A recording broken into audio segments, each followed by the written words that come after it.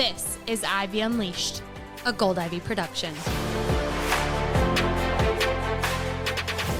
You are listening to Ivy Unleashed. We have a powerhouse of a woman blessing us with her presence today.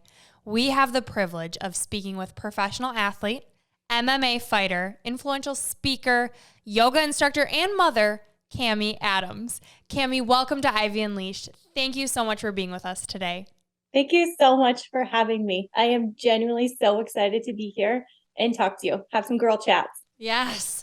Yeah, girl chats. But we're kind of fangirling because you are kind of a different kind of girl. If you follow Camee, she's like the epitome of an athlete. Someone you follow to inspire you to get fit and be strong and tough. And that's just a word that comes to mind when we think of you. I mean, you're a fighter, you're a yoga instructor, just the epitome of strength.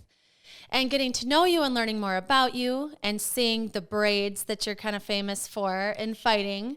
When we read on your website, we were reading about you, and you say the three strands woven together represent the strengthening of the mind, body, and spirit. Emotional strength, mental strength, spiritual strength. Those are weaknesses that I've had to fight to improve. And so we would love for you to talk about just the strength in your life that you've had to build over the years. I would love to talk to you about this. And I don't know why I'm getting emotional, but it's been a lot. And when I tell you I have literally fought to strengthen all of those weaknesses, I literally have fought, but there was so much more going on behind the scenes that I had to fight for. So over the last few years, I have been being taught how to turn immense pain into power and self-love, turning rage, anger, depression, grief into joy, happiness, and ease, unneeded shame, guilt into the most compassionate, self-loving version, of myself, which takes a lot of work, and choosing to let mistreatment, trauma, hardship absolutely transform me into the healthiest version of myself that you're seeing today. When you read, she has fought for that, I quite literally have in more ways than I think anybody will ever know. So I appreciate that introduction. It means a lot. Well, we're so happy that you're willing to talk to us about it, because I think it's really important as you're scrolling through Instagram and you're following these people that really inspire you to know their story, that this doesn't just happen. You weren't just gifted the way that you look or the habits that you have. You have really been through a lot. And the reason that you're thriving is because you've dug into your mental health. You've done a ton of work there, which we don't know how you're okay. We don't know, is there therapy? Is there coaching? What have you done to kind of get to this point where you are okay? Yeah. First and foremost, fighting was a huge catalyst to help me become well. Yoga, therapy, an amazing support system. Without knowing my backstory, we can get into that. But fighting absolutely was the catalyst. Like I said, yoga, personal training, weights, cardio, all the many, many therapy sessions, EMDR therapy sessions. I actually have done a whole series of ketamine therapy, which helped me rewire very traumatic pathways in my brain that just kept me stuck for so long. I hope that answered the question. I feel like I might need to give more context of my backstory so that you can know why I went through therapy, why I chose to, fight, chose to continue on with yoga. Yes, we would love to hear anything that you're willing to share about your story. So originally what got me into fighting was fitness, but there were glimpses and little prompts throughout my whole life that showed me that I was a fighter. Growing up, I had a little bit of attitude, a little bit of sauce, but in a good way. I was always an athlete. I was always down for backyard boxing nights. For some reason, I thought that was so cool and interesting. I was like, yeah, let's do it. Fighting was not even an avenue at that time for me in life. fighting wasn't where it is now. It was very under the radar, especially for females. There wasn't even a path that I saw for female fighters to actually have a career as a professional fighter. I didn't even know that that was a thing. But through fitness, I had really taken a liking to fitness kickboxing. I was always into self-defense. I thought that was really neat. It just piqued my interest. I just felt so badassy when I would learn moves. And eventually, I will tie this all together, but I had a daughter very young. And after I had her, I signed up for a college credit at this rec center. You could take fitness kickboxing. I was like, great. I needed to get out of the house. I needed something new. I needed to start moving again, after having her. And if you're moms, that you just need to get out of the house and do something at some point. So that's what piqued my interest. I was going to college, but that I could get this credit while being fit, getting back into shape, and then learning these new skills and technique. So I would bring her, I'd either drop her off at my mom's house, or they had a kids center at the gym. And I would do kickboxing classes with a bunch of college students and a bunch of moms. And I would just go way too hard. I was intense. I was passionate about it. I picked it up easily, and I enjoyed that class for the semester. I continued to go for a little bit after that. I continued to learn basic techniques, but it wasn't actual fight skills. You're kicking the bag that has the water underneath, so the bags are kind of always jiggling and shaking, and you're stopping and you have to adjust it. And it just wasn't quite what I was looking for. Since being an athlete, I had that intensity. I had picked up the skills very quickly. So something in me was just always motivated to find the next level of training. And eventually that came through a different gym. So I still didn't know that I was going to be fighting yet. It still wasn't really an option. But a fitness gym that I had been going to, one of the local fighters had set up a section of the gym that had heavy bags. And then they had also brought in mitts. And so it was going to be a real fighter teaching the class. And I just thought that was the greatest thing ever. And I was pumped and I was going to go. And it also worked because I could bring my daughter.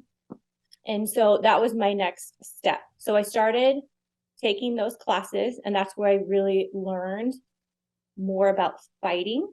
And at this time, fighting was also evolving. I'd gone to local fights. There was a female bout that I was so inspired by, and I could actually see a pathway for me to become a fighter.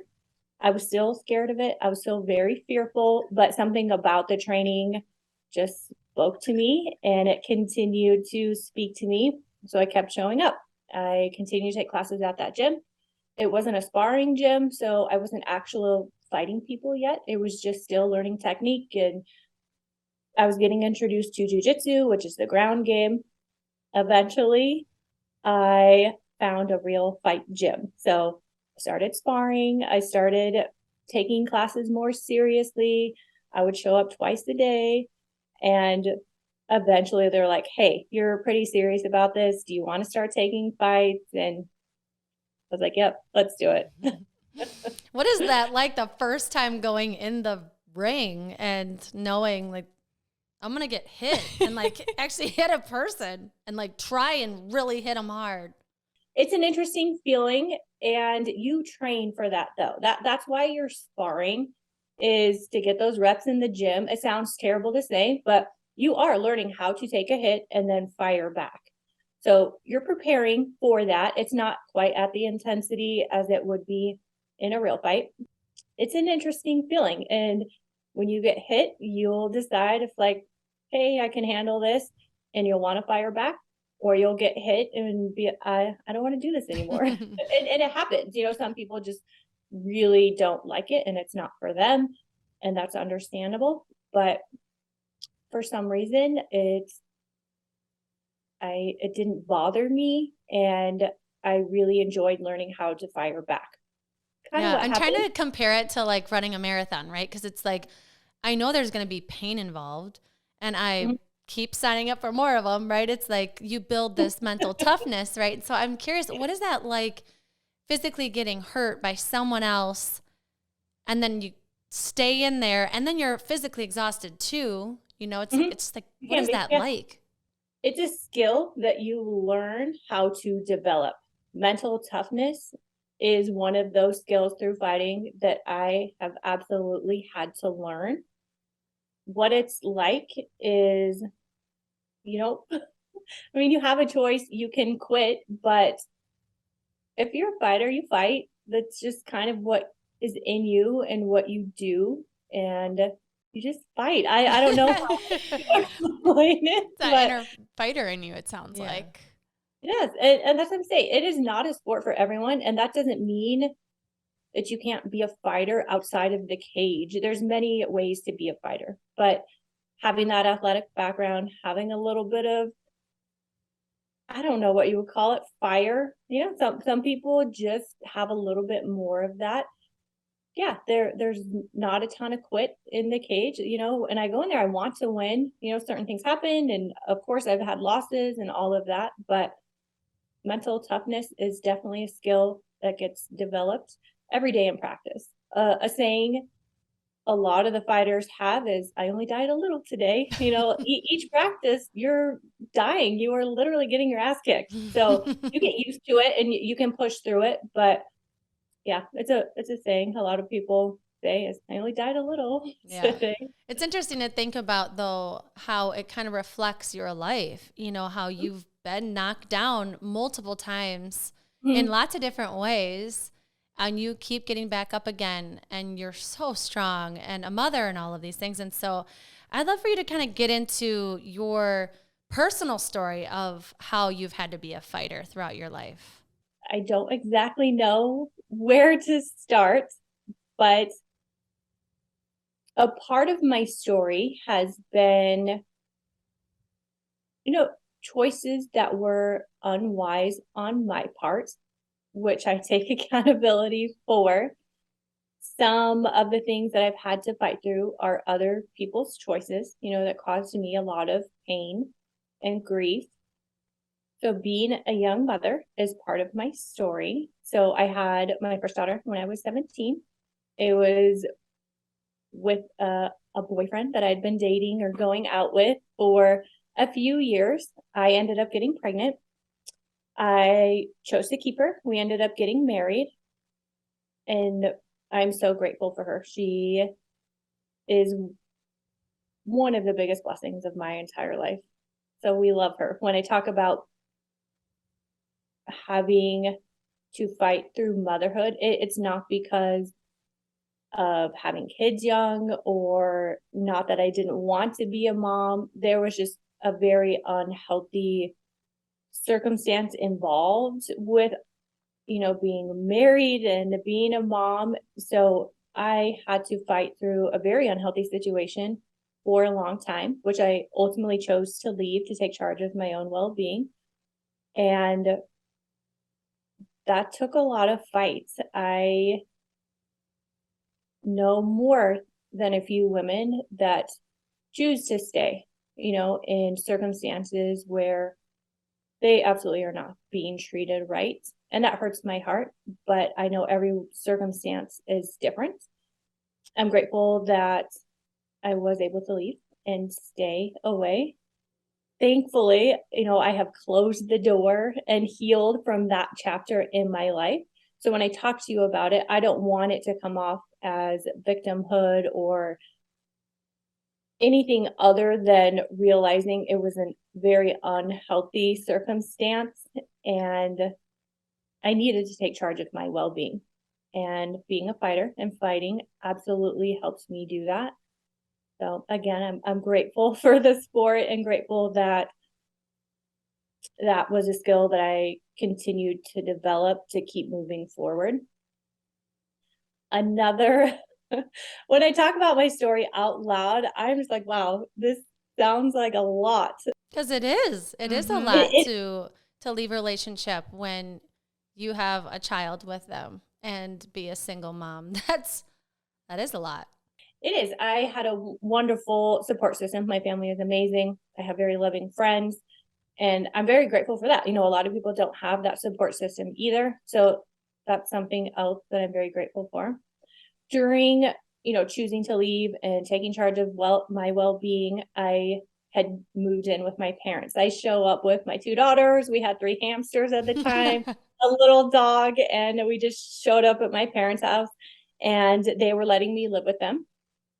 During the time that I was living them, we had gotten a phone call in the middle of the night that my younger brother had chosen to end his own life. And leading up to that point, my brother had been struggling, but you don't always think that that is an option someone will choose. And if you saw my brother, very handsome, he was a college athlete, very charismatic, funny, outgoing, just the epitome of an all-star, a stud, just that popular, likable, kind, good human being that everybody gravitated towards. While I was living with them, that happened. And your body, your brain can only handle so much trauma. So through all of this, I literally was just fighting to survive. You may have not seen that from the outside, but that's what was happening. I was numb for a long time. I wasn't able to process those traumatic events for a few years after, probably 5 or 6 years. I wasn't able to really process, everything that had happened within that 6 months. So that took time. Those 2 circumstances definitely changed my life in different ways. And again, fighting is really what kept me showing up for life. I was excited to go train. I was excited to get fights. I was excited to see the guys in the gym. It gave people something else to talk to me about instead of, oh, you got divorced. Oh, your brother passed away, which, it's just interesting. Bless people's hearts. They don't always know how to talk to you during traumatic events. So fighting again was just a wonderful blessing in disguise that kept me pushing past all of these things that I wasn't able to process or quite handle yet. Yeah, and you mentioned a lot of different healing modalities in the beginning of our conversation. Yeah. I'm curious, at what point were you ready? How did you know you were ready? And what was that first step outside of fighting for you? I think I realized I was not feeling a lot of things, and that got frustrating. I wanted to feel well. I wanted to have a clear mind. I wanted to have just more ease and peace within myself. There's a lot of negative feelings that come with grief. Grief is a very complicated emotion that affects you physically, cognitively, behaviorally, spiritually. It affects all of those things. And most of the time, they're not real positive feelings. Being divorced, especially within an unhealthy situation, there was a lot of shame and guilt that I carried. Losing a brother to suicide, there was a lot of shame involved, which absolutely there didn't need to be. It is just 2 very uncomfortable topics for people, community in general to talk about. So there was just a lot of uncomfortable feelings that I didn't want to carry anymore, I think was the biggest thing. And I was ready to move past continually talking about all the things with the marriage, move past my brother's situation. Not that I'll always continue to share his story and what I learned from that, and just so grateful to be his sister, all of those things. That doesn't mean that, I don't love him and don't want to talk about him. It's just you finally get ready to move on from those parts of your life because it was extremely heavy. And I didn't know how heavy it was until I did start to heal. And then I had to feel a lot of things, but slowly and surely, I started to feel lighter. I started to be able to feel joy. I started to feel happy. I was able to actually connect with people, have relationships that took me away from all of that pain, that I was carrying. I feel like I carried it very well, but it was heavy. And I just came to a spot where I was ready to not live in that space and energy anymore. Yeah, and obviously this is your story and how it felt in your body and how you got through it, but you're also a single mom with two daughters that you have to answer all the questions that they have about divorce and their uncle, and then they're Yeah. living with their grandparents who are grieving too. And so what was that like, being the mama bear in the midst Mhm. of all this pain and transition and grief? Yeah, bless my parents' hearts. When I look back to when all of this happened, I still can't even imagine what they were going through. That makes me so emotional to think about. My parents are amazing people.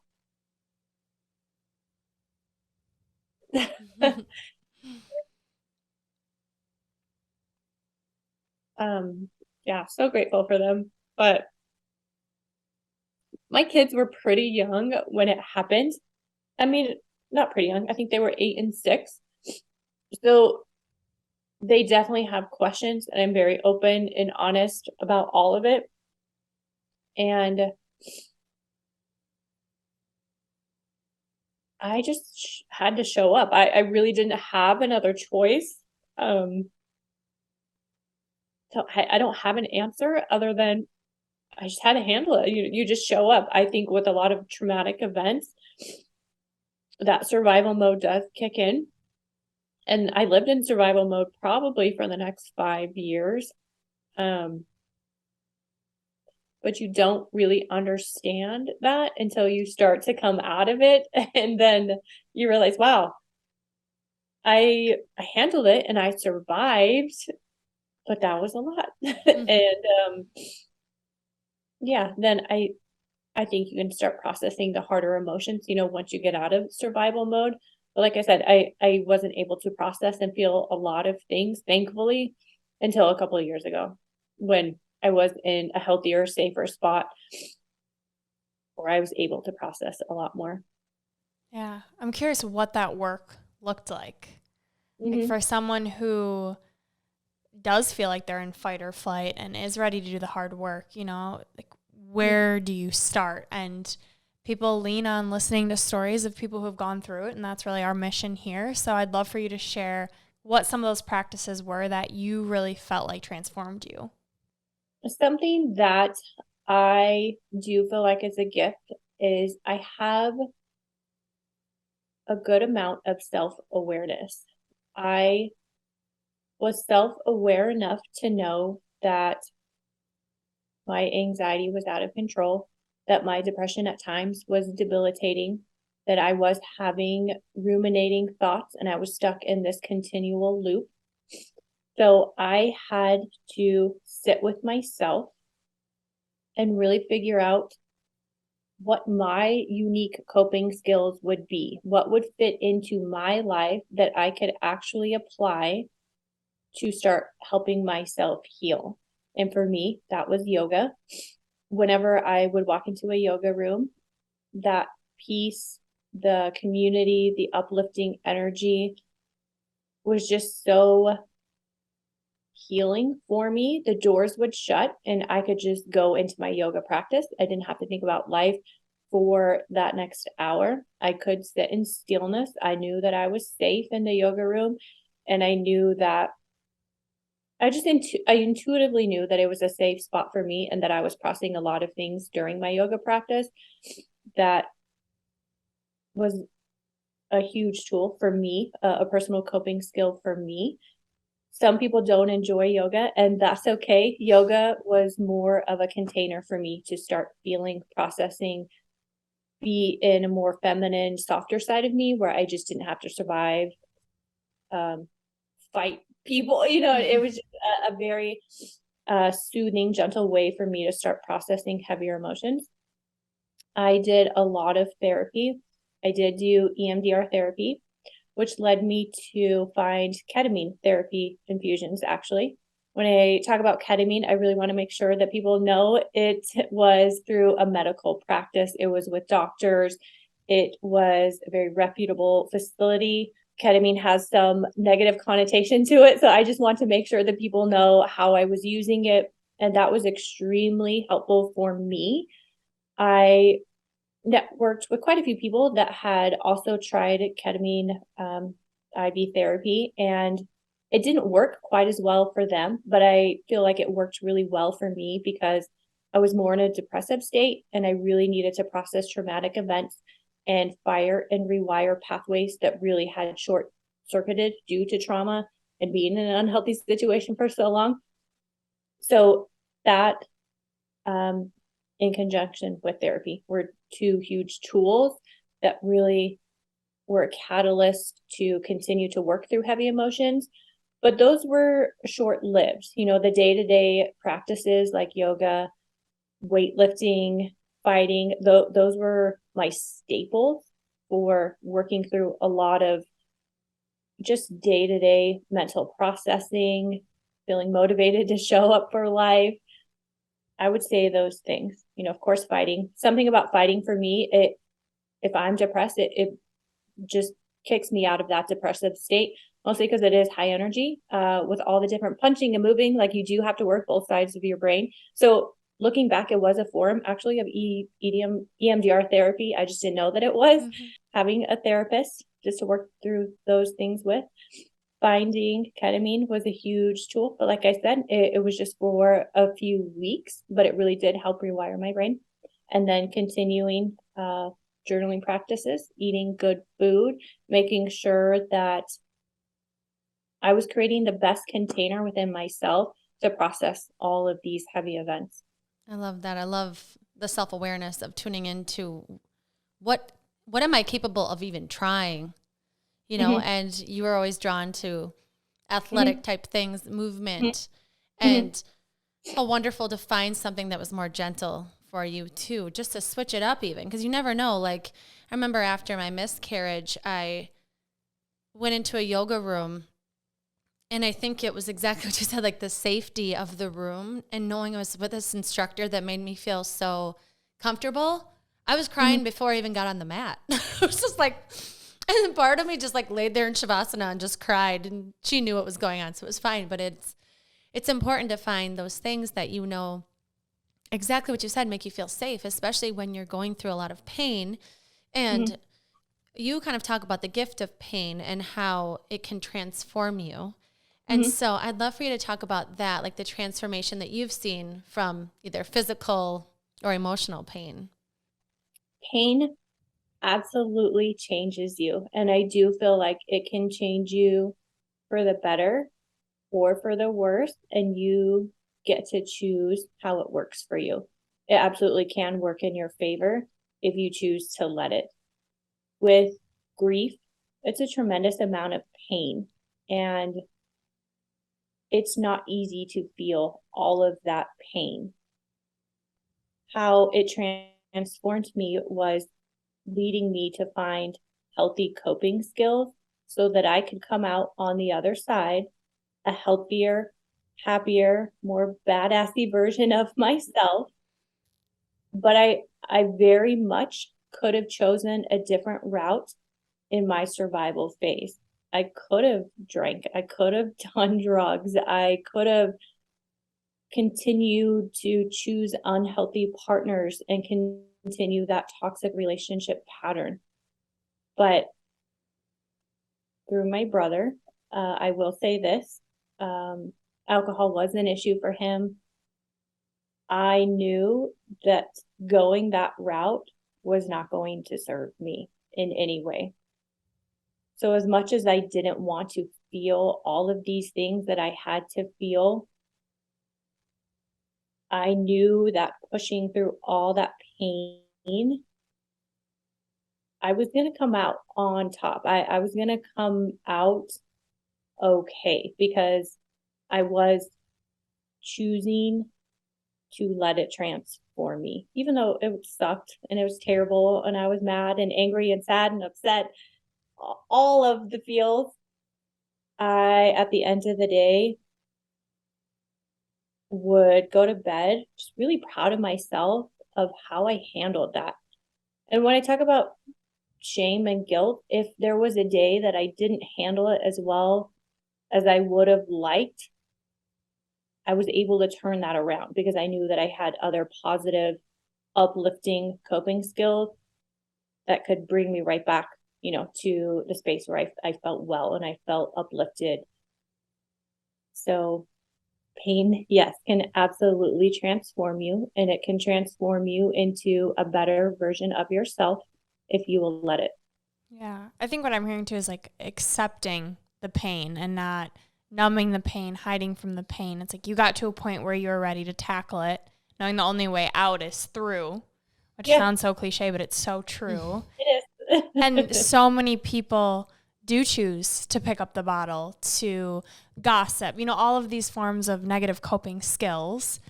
And so I'm curious your view on how to switch that mindset. You mentioned awareness, which I think is a really crucial piece. But for someone who does feel stuck and is in that numbing phase, what would you recommend? What do they want their life to look like in a year, in 2 years? I had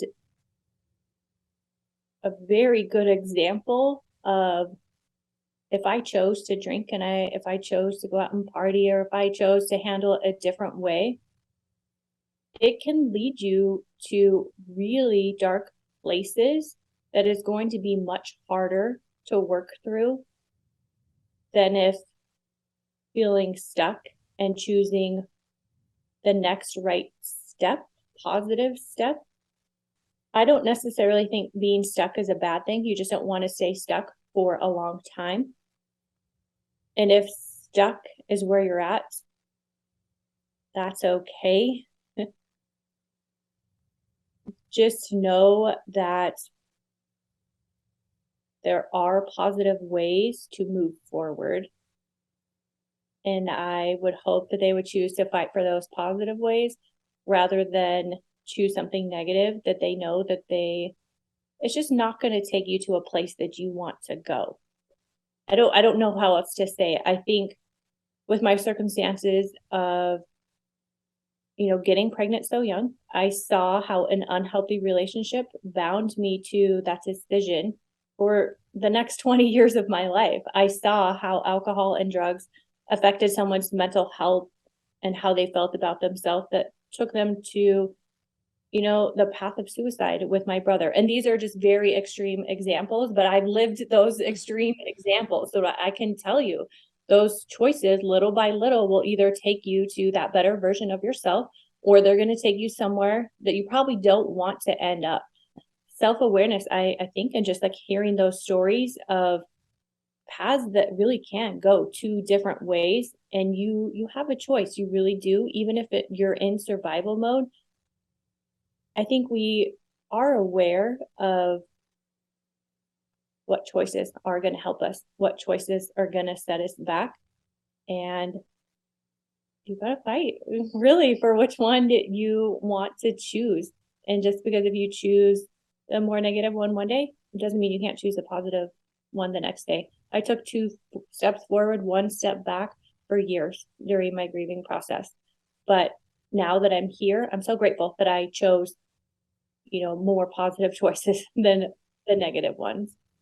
Well, another choice too is to share your story and how you got through it. I think anybody listening that feels like they've been through something challenging, I'd encourage you to talk about it. Whether you come on our podcast or you share it with someone else, it's powerful. I mean, that's why people read books. That's why people listen to podcasts. I know when Brooke's been in a low spot, she floods herself with positive messages, because sometimes you need to get help outside yourself. If you feel stuck, Mm-hmm. and sometimes you just can't do it yourself. Like, you're too low, your brain can't even function the way that you need it to function. And so I'm so happy that you're talking about your experience, because it can help so many people get unstuck by hearing how you did it. I hope so. I mean, that is the point in sharing such intimate details of my life. It's a lot, but I always share it in hopes that it can help someone. When people see the success side of my story, I'm so proud of that. But I'm more proud, of all the hard work that it took to get here. And I'm happy to share that, to let people know healing is possible, feeling alive, joyful, happy. It's possible. But I had to choose that. I really did have to choose day in to get my ass out of bed, to go to the gym, to go to my yoga classes, to read my books, to journal, to choose healthy partnerships, to choose good friends. I had to choose that. And that wasn't easy every single day. You have 2 daughters that have watched this. I keep thinking about them, and like, having a mom that's an MMA fighter, like, that's so badass. And more than that, like, you're a yoga instructor, and you have an awesome, powerful presence on social media. So I'm curious how your daughters feel, and how you've kind of shared this image of strength and being a fighter with them. What has that been like? We would have to ask them what it's like. But they absolutely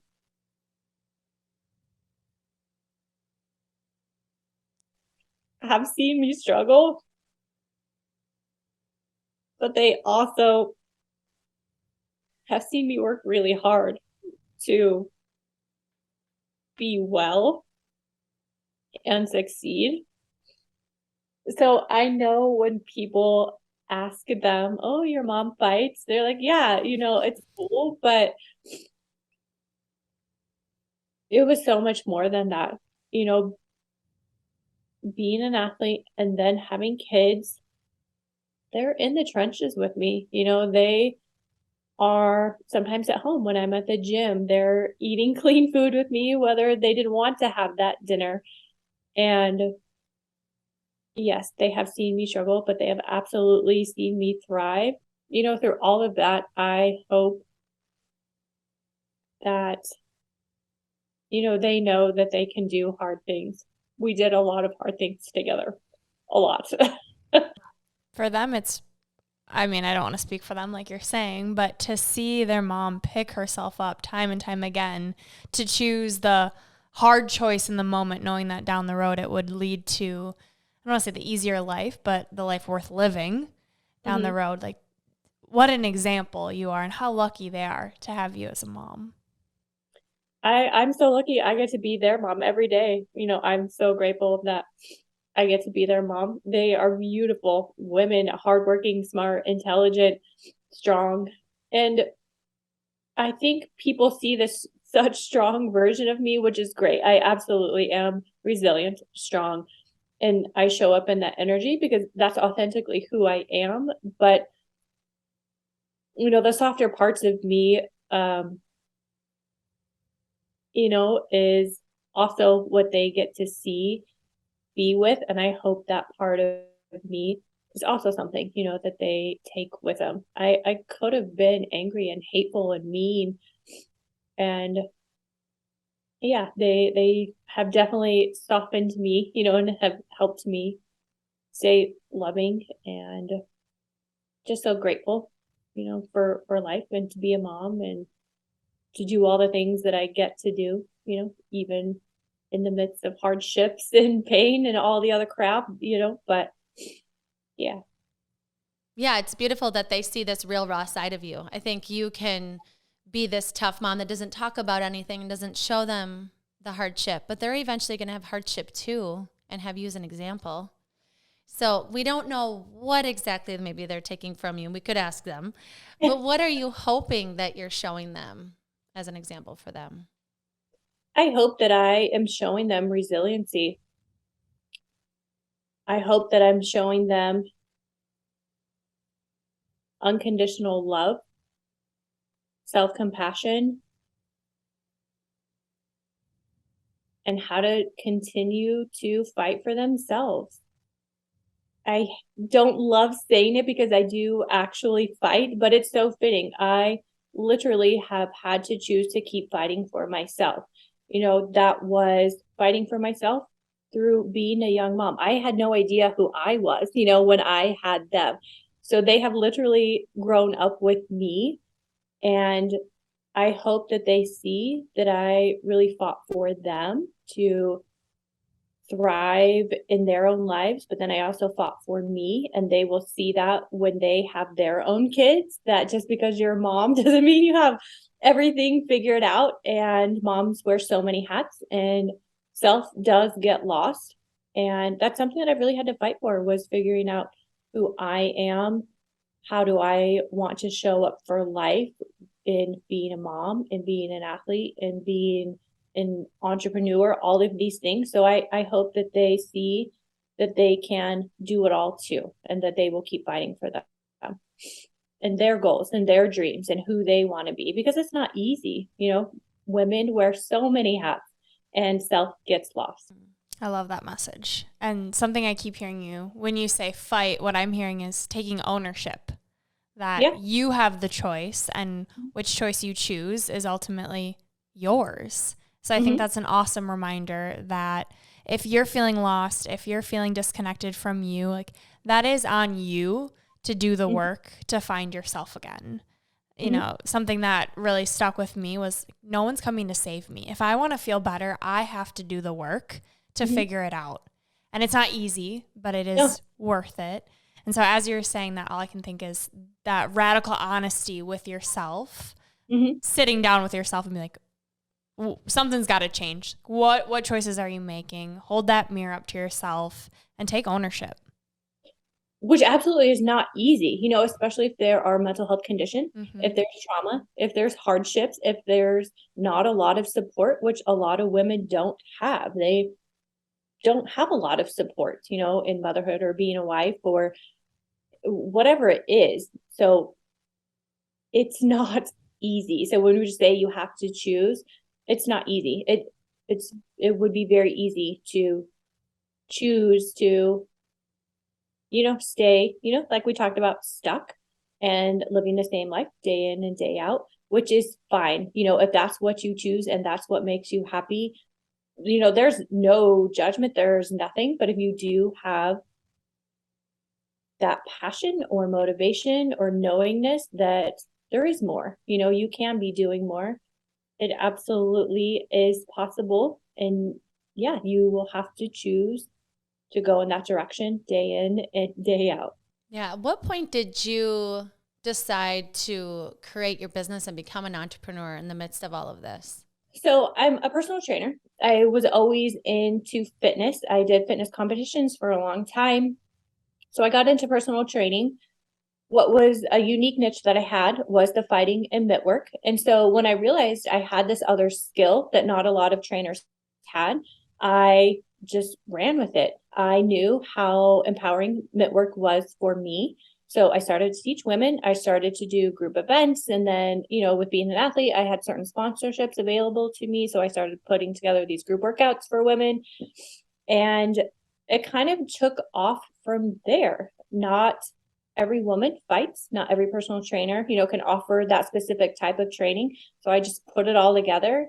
And with the purpose of empowering women, as cheesy as it sounds, we need it every single day. We need people to motivate us, to uplift us, to show us that there is more than what we're currently doing or living. It just came together, and I just ran with it. I love that though. It's like you've said from childhood, you had this interest, right? And I think I did. We all have these things that speak to us, and they're like the thing that makes you weird, right? It's like this this thing that makes you weird, or the black sheep, or stand out, or like you're weird for a reason, or it's calling you for a reason. And I don't know how many years it took you to realize that, but then you can create a business out of it. It's like your uniqueness is what will set you apart in the business that you could own or the life you want to lead. You're not a weirdo. Like you can do what Camee did and coach women and train women and men to get into fighting and to see how it can empower you. It's awesome. And that's the thing with fighting. I don't think people pick up the training because they actually are going to fight. That's not the goal for most people. The goal for most people is they want those attributes. They want to feel confident. They want to gain that mental toughness. They want a new way of training that is more exciting than just walking on the treadmill, or maybe they get burnt out with their weight. So I think that's what is so appealing about even the training is people will gain those benefits. That confidence, that self-assurance, that, you get a little gritty and you do feel a little bit badassy. Like it is very empowering to hit mitts and take a punch and throw back. All of those skills are awesome life skills that anyone, I think wants to obtain, even if they're not going in the ring to fight someone. So I'm curious what life right now looks like for you, because you started personal training, you found your niche, your uniqueness, and it's working. And so right now with being an entrepreneur, what does that look like for you? Right now, I am currently living in Las Vegas. I'm originally from Utah. Both of my daughters are in college now, living their best lives. So I have this unique opportunity to have some freedom. And I wanted to get out of Utah. I wanted to get out of my comfort zone. So I'm in Las Vegas. Las Vegas is the hub for fighting. So there's a lot of fight stuff going on and happening, but I am actually teaching yoga to athletes. For all athletes, their sport eventually ends. So I'm on the tail end of fighting and I realize that, but it gets me excited to move on to the next chapter in life.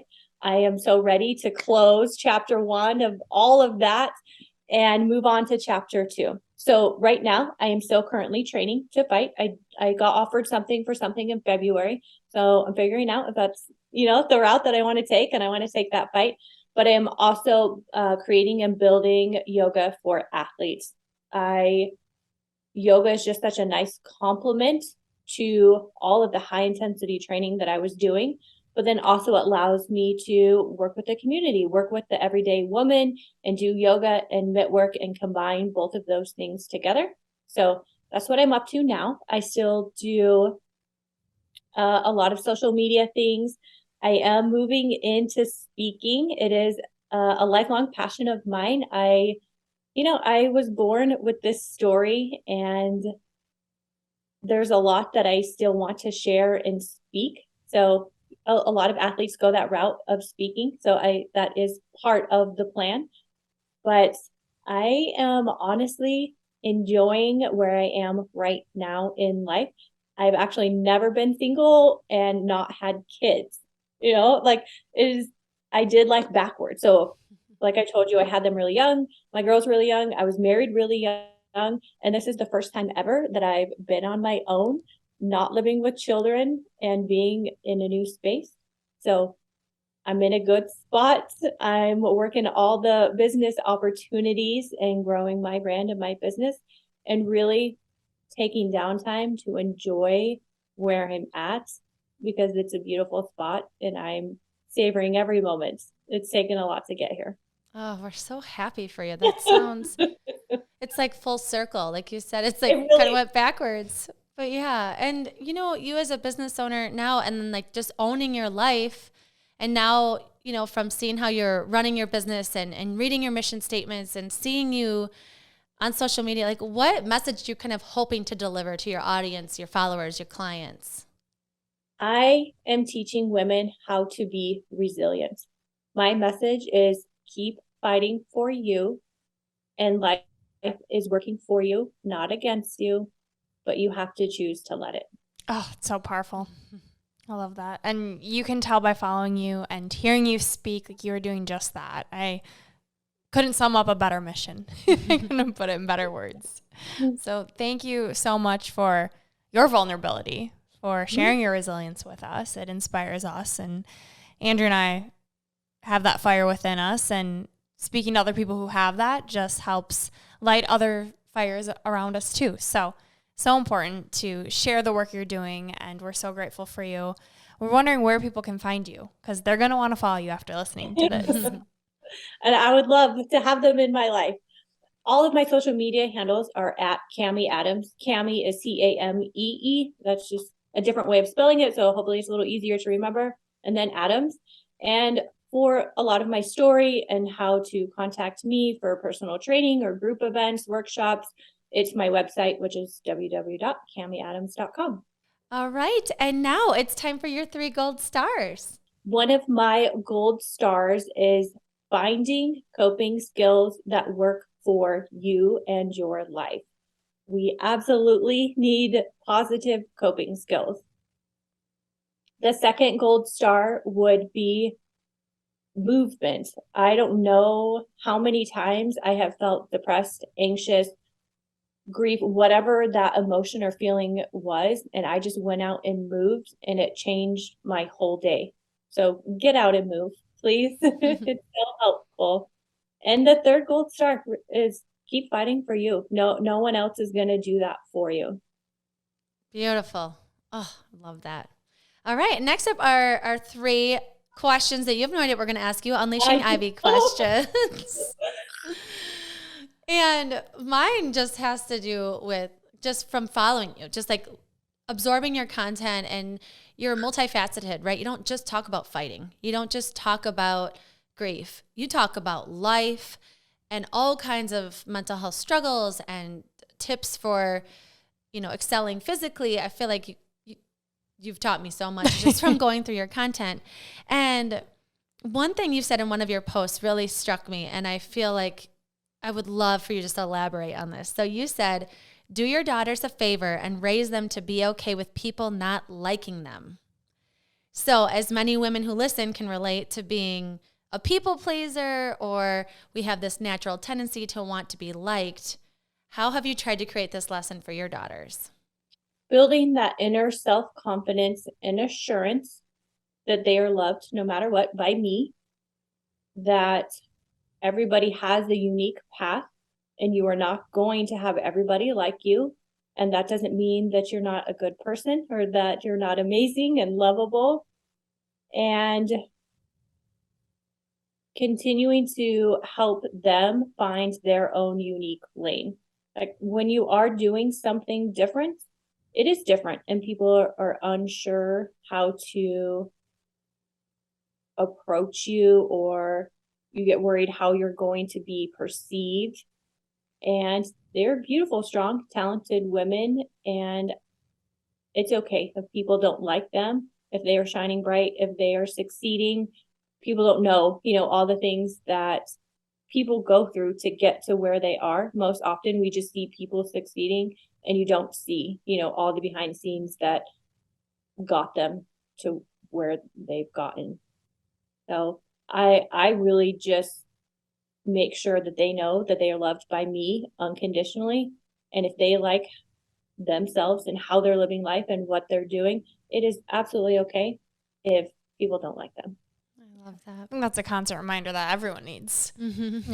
People's opinions of you aren't your business. That's something I heard that's always stuck with me, and so true. It's tough. It's easy to forget. It's tough though, because you want to be liked, but that's a great reminder. Thank you for that. Yeah. Okay, my question has to do with fighting. Your nickname is Double Whammy, and I want to know why. I want to know why too.